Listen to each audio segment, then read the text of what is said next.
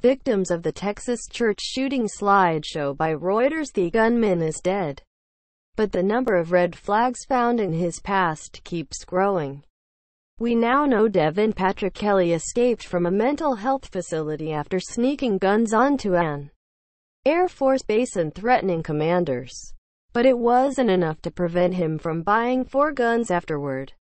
We also know he beat a former wife, abused his former stepson, posted about his rifle and his affinity for mass shootings, and recently disturbed his neighbor for several mornings in a row with rapid-fire gunshots from his property. None of those facts will bring back the 25 people he killed, plus an unborn child. But survivors from Sunday's Texas church massacre want to make sure this never happens again.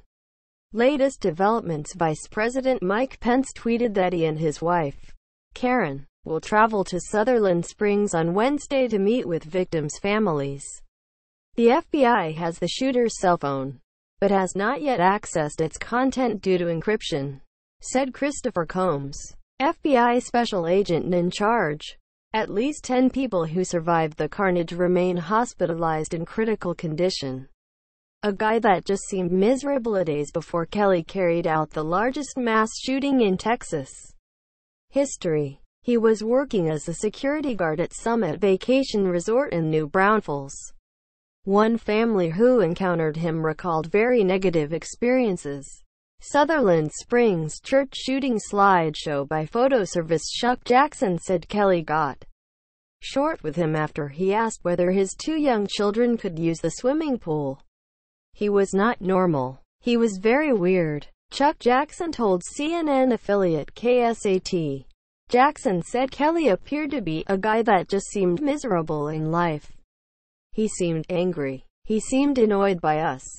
And he seemed like he wanted to exert some authority. Jackson's sister Elizabeth Nitz told KSAT.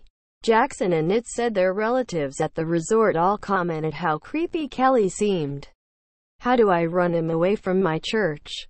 Kelley had numerous ties to the First Baptist Church in Sutherland Springs, which he shot up from both the inside and outside. He had an ongoing dispute with his in-laws, who attended the church. Kelley's grandmother-in-law was among those killed, and Kelley had a history of texting threats to his mother-in-law, who was not inside the church at the time.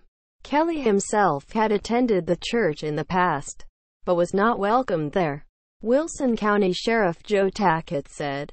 The sheriff said church pastor Frank Pomeroy saw Kelley at church events and described him as not a good person to be around.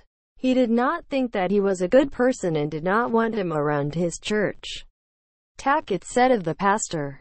But he said, how do I run him away from my church? Warning signs: Kelley had a troubled past and was prone to domestic violence and animal cruelty, according to public records and those who knew him. Karen and Robert Marshall. During his time in the Air Force, Kelley was involved in multiple occasions of domestic abuse against his ex-wife and stepson, said Don Christensen, a retired Air Force colonel.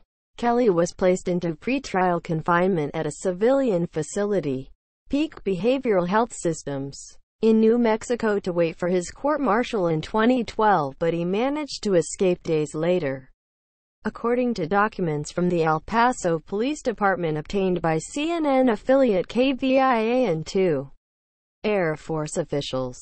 When officers were called to find Kelley, they were warned that he was a danger to himself and others and that he had sneaked firearms onto Holloman Air Force Base. He had reportedly threatened his commanders. The documents said he was given a bad conduct discharge after he pleaded guilty to assault charges, admitting he hit his then-wife and stepson. Officials said, after his release in 2014, he landed in El Paso County, Colorado, where he was arrested on an animal cruelty charge. A neighbor told police he saw Kelley punching a dog, grabbing it by the neck and then dragging the animal. Kelley denied the account and was issued a summons but didn't spend any time in jail. Kelley's social media suggested a fascination with mass shootings, a law enforcement official said.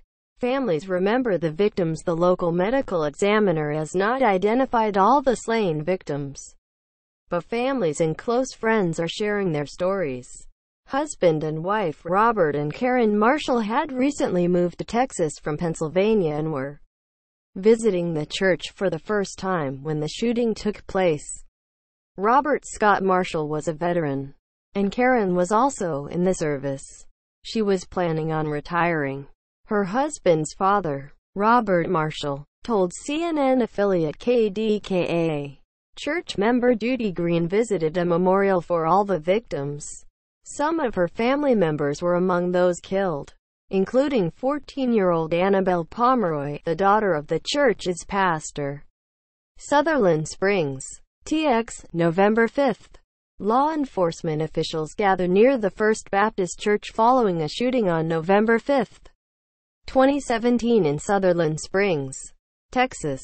At least 20 people were reportedly killed and 24 injured when a gunman, identified as Devin P. Kelley, 26, allegedly entered the church during a service and opened fire. Photo by Eric Schlegel, Getty Images. I don't have words for my loss for her. Loss for everyone, Green told CNN affiliate KSAT. So she brought roses to honor the teen. I know Annabelle loved roses in rose color and purple. CNN's Ray Sanchez. Madison Park. Justin Lear, Darren Simon and Amanda Jackson contributed to this report.